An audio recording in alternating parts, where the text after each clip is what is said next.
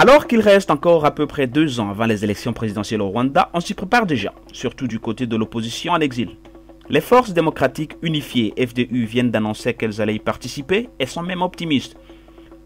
Madame Victoire Ingabire Umuhoza est à la tête de cette organisation et a été récemment présentée par les médias, surtout belges et néerlandais, comme candidate des FDU, ce qui n'est pas tout à fait vrai, du moins pour le moment, comme Madame Ingabire me l'a dit dans l'interview que j'ai le plaisir de vous présenter en plusieurs parties, touchant notamment à la biographie de Madame Ingabire, à la démocratie et à la gouvernance au Rwanda, au génocide et à la question ethnique, aux relations entre les FDU et les autres forces politiques, ainsi qu'à leurs relations diplomatiques, y compris la rencontre de Madame Ingabire avec Barack Obama.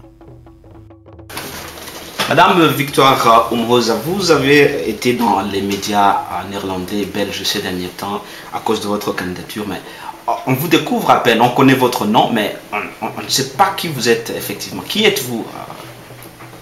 Je m'appelle Victoire Ingabire Umuhoza, je suis mariée, mère de 3 enfants et j'ai fait mes études en économie commerciale ici aux Pays-Bas et puis je travaille comme financier dans une entreprise américaine ici aux Pays-Bas.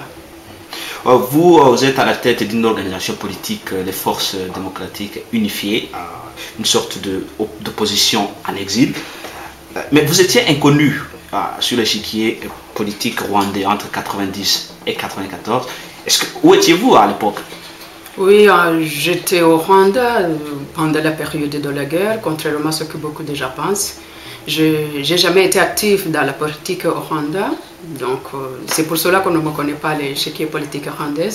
Mais j'ai quitté le Rwanda en mars 1994. C'est là que je suis venue aux Pays-Bas.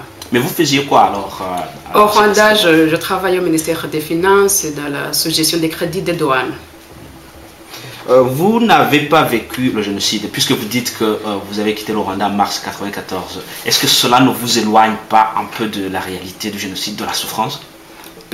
Plutôt ça me l'approche parce que j'ai suivi ces événements sanglants, ce génocide, je l'ai suivi sur les images à la télévision et ça m'a touché le cœur. Et mon engagement politique, c'est justement ça, qu'on a connu le génocide et que jusqu'à aujourd'hui, la première étape qu'il fallait faire après le génocide, c'était vraiment essayer de réconcilier le peuple rwandais. Si on voit ce qui se passe aujourd'hui, là, on est loin de la réconciliation nationale. Alors c'est mon engagement et ça, c'est réconcilier le peuple rwandais. Vous pouvez retrouver toutes les parties de cette interview sur www.olni.nl sur les rubriques vidéo et Rwanda. Notez bien que olni.nl ne vise aucun but idéologique et ne vise qu'à tenter de comprendre le passé et le présent du Rwanda.